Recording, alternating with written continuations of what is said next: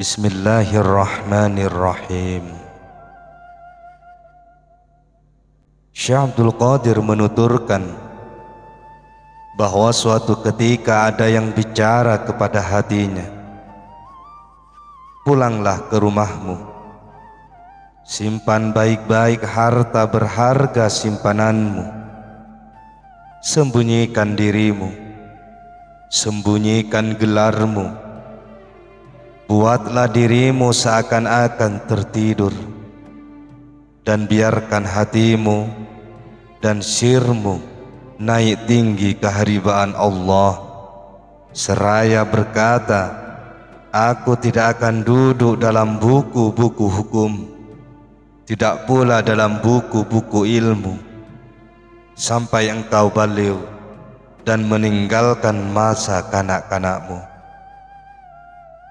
Saat itulah engkau akan diberi baju dan diberi makan oleh Allah."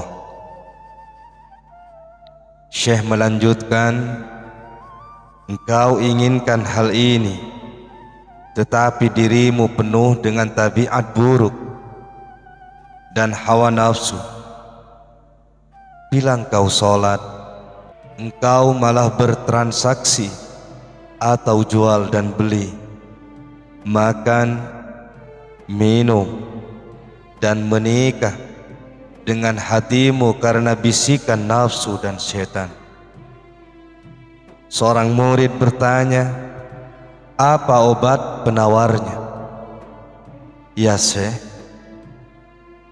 Syekh Abdul Qadir menjawab, pertama, dengan membersihkan dagingmu dari yang haram dan syubhat.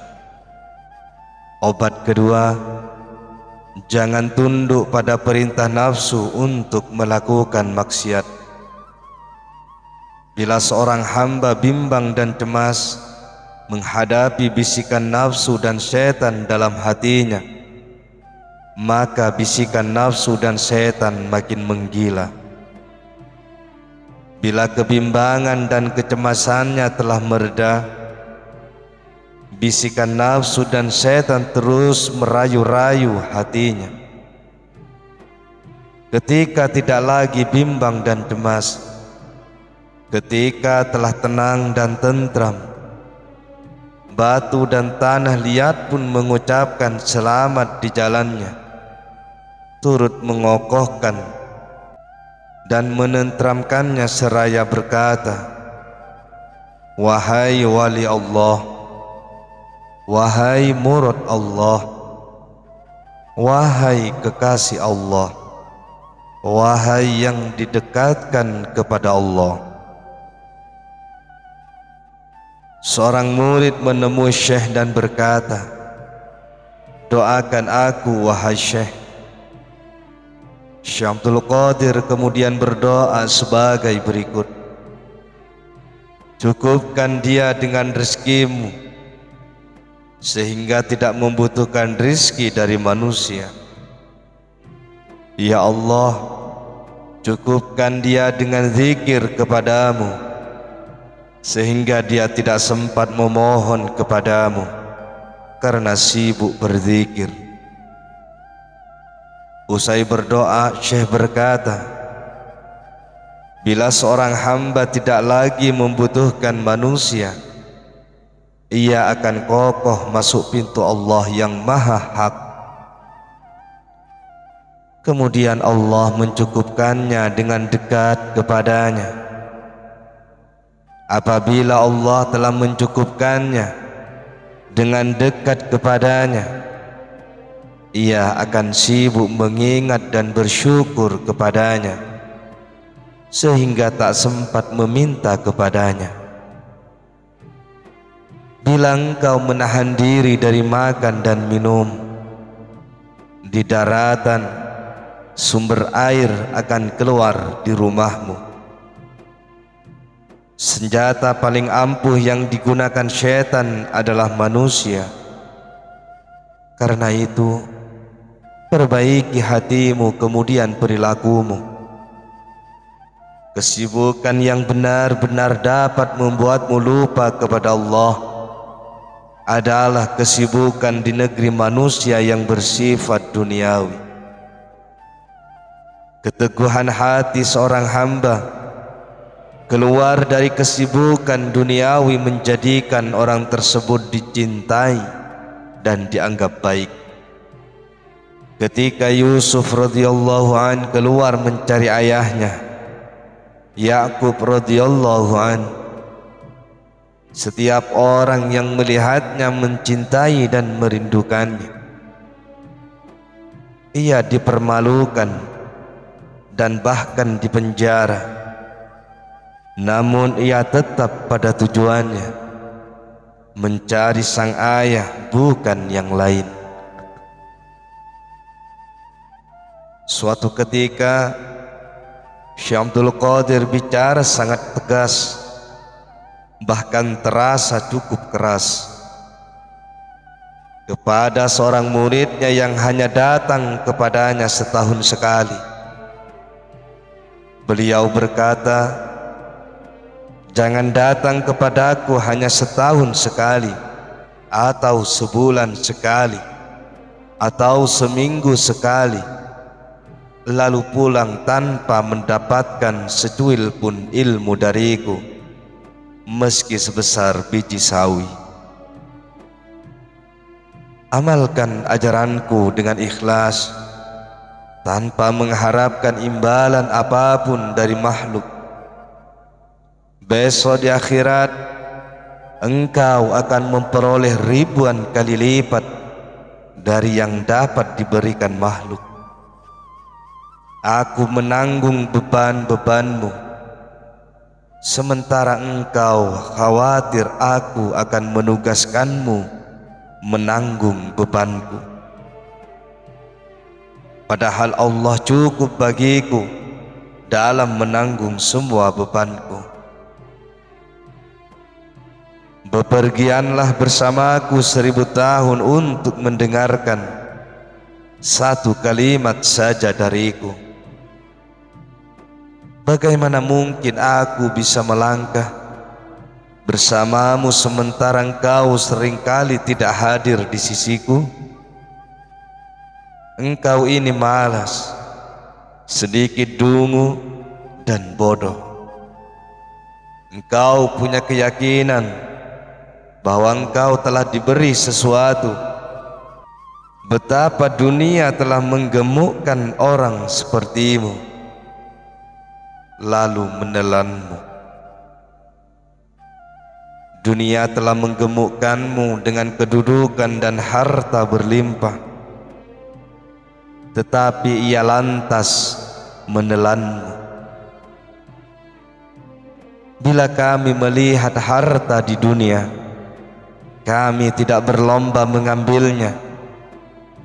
Ingatlah, kepada Allah semua urusan akan kembali. Semua yang kita peroleh berasal dari Allah Subhanahu wa ta'ala.